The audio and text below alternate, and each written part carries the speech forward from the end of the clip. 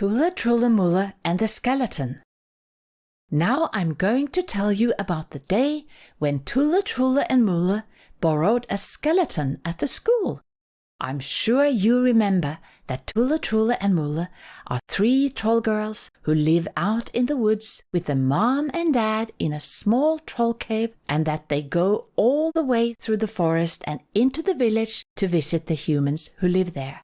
And I'm also sure you remember that they can make themselves invisible so that they can mix with the people without anyone seeing them. This morning Tulle, Trulle and Mulle woke up to the sound of Troll Mom singing in the kitchen while she was cooking breakfast, and to Troll Dad, who came in with his hands full of twigs and branches that he used to make up the fire. Tulle, Trulle and Mulle stayed a little longer under the warm doona before they stood up and got dressed. They went into the kitchen and sat down at the kitchen table together with their mom and dad. They laughed and talked while they ate breakfast. "What are your plans for today then?" Troll Dad asked, smiling at his girls. He was so proud of them. He thought they were the sweetest girls in the world. "We're going into the village. There are 3 big boys who are unkind to another little boy. Yesterday, one of the big boys said to the little boy that he was stupid and childish. The other 2 big boys just stood there and laughed and didn't do anything. That was unkind too." Tulle, Trulle and Mulle used to tell their mom and dad about everything they experienced when they were with the people, and their parents always listened carefully to what they were telling them. "I do not always understand these people." Troll Dad shook his head. Their mother, on the other hand, did not shake her head, but just got that stern expression on her face. "This would never have happened if they lived in my cave, that's for sure."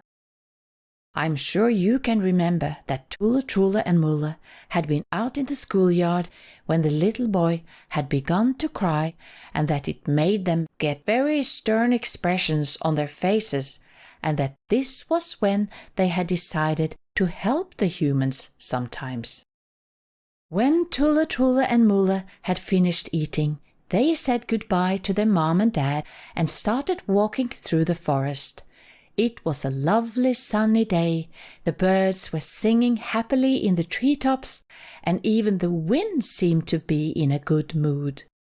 Tulle, Trulle and Mulle used to say that the wind was in a ticklish mood on days like this. It tickled the trees and bushes and leaves so that they rippled and laughed. The 3 troll girls could also feel tickling in their tummies on such days, and they danced and laughed and sang as they walked. Mr. Invisibility Stone was also in a good mood. He smiled from ear to ear when the girls put their hands on him and said the magic words. "Magic, maho, mamu, metau, let us become invisible now." And hey, presto, they became invisible in a flash. The girls continued into the village. You may have wondered whether or not people can hear the troll girls when they are nearby, but no, they can't. The fact is that Tulle, Trulle and Mulle are so light on their feet that no one can hear them when they walk. When they came into the village, they went to the school. They thought it was great fun to watch the children playing and laughing and having fun out in the schoolyard. They also watched them in the classrooms, where they learned new things, and they thought it was very exciting. But today they also noticed that the little boy, whose name was Michael, tried to hide in the break so that he would not be found by the big boys. In the break before the last lesson, Tulle, Trulle and Mulle went into the classroom where the 3 big boys were. This was year 6, and the biggest boy's name was Peter. Tulle tiptoed over to his school bag and took his bike keys, which were lying in the front pocket. She hid them in her own pocket, and then it was just for the 3 troll girls to wait until the last lesson was over. In year 6 they had something called mathematics, and Trulle and Mulle watched with interest while the teacher wrote numbers on the blackboard and the kids tried to solve the problems in their books. They realized that Peter found maths very difficult because he could not solve the calculations. He looked constantly over the shoulder of the girl sitting in front of him to see how she did it. When the last lesson was over, all the kids packed their books together and walked out of the classroom. The teacher was the last one to leave. He was going to a room called the staff room. Trulle and Mulle had also been there to see what went on, but today they stayed back in the classroom. It wasn't long before Peter came back to look for his keys. He couldn't find them, of course, when he wanted to unlock his bike. Trulle and Mulle stood over by the skeleton in the glass cabinet and looked at him as he searched for his keys under the desk, in the corner, and by the blackboard. Suddenly, Peter heard a knocking sound. It sounded like someone knocking on a window pane. He stopped and looked around in all directions, but there was no one else in the classroom except him. He thought he was mistaken, but there it was again, the same knocking sound. "Hello? Is anybody there?" Peter's voice sounded a little uncertain. "Yes, I'm here, inside the glass cabinet on the wall." It was Trulle who pretended. She was the voice of the skeleton. Trulle was very good at changing her voice so that she could sound like almost anything. Now you may wonder what the voice of a skeleton sounds like, and I'll tell you. It sounds rather dry and screechy. "What?" Peter looked totally confused, but then he saw the skeleton in the cabinet. It was holding his keys in one hand, and as if that was not enough, it moved its hand so that the keys swung from side to side. Suddenly the cabinet door opened, and the skeleton, which was fastened to a stand with wheels, came dangling out of the closet all by itself. Peter moved backwards, horrified, and fell over a chair. He could not see Trulle and Mulle, who held the stand and moved the skeleton, so it seemed as if it was dangling all by itself. Dingle dangle! The skeleton dangled so that the bones banged against each other. Peter could not move. "Who are you? What are you? Are you a ghost?" Peter began to stutter. "No, I'm not a ghost, but I am a spirit. In fact, I am a bad spirit just like you, Peter." Peter stared at the skeleton with big, frightened eyes. "Help!" Peter tried to shout, but his voice was nothing but a thin whisper. "What do you want? I haven't done anything wrong." "Yes, you have. You have bullied Michael, and I want you to apologize to him for what you have said. You must say it in front of everyone in his class and promise that you'll never bully him or anyone else again. Do you understand?" Trulle made the skeleton voice very stern, and Peter began to nod.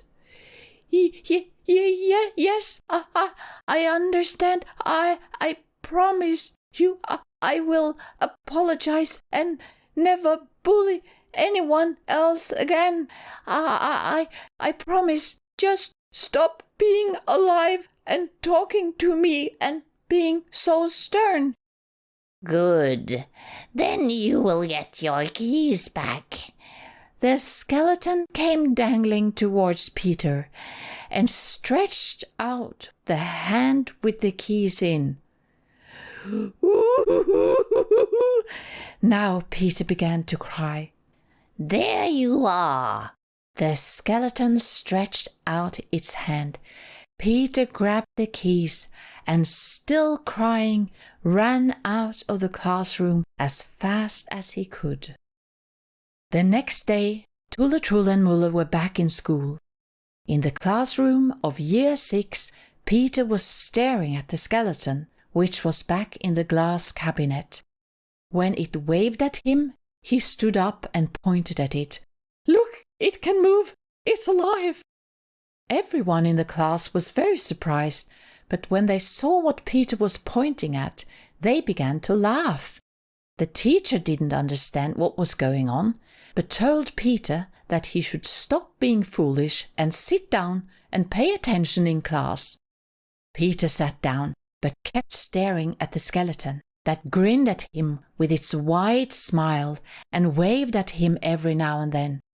Finally he raised his hand and asked if he was allowed to go into the 2nd grade and apologize to a little boy in there named Michael. "Okay, well, yes, you may go."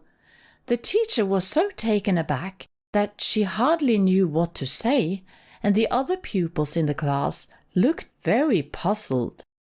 When Peter left the classroom, Tulle, Trulle and Mulle followed him, but no one could see that, of course. Everyone in Michael's class looked really surprised when Peter suddenly stood in the doorway and asked if he was allowed to come in. The teacher was just about to tell him to leave and go back to his own class, but changed her mind when she saw that Peter looked very serious and sad. "Yes, come in. What is it, Peter?" "Hi." Peter looked a little cautiously around the classroom.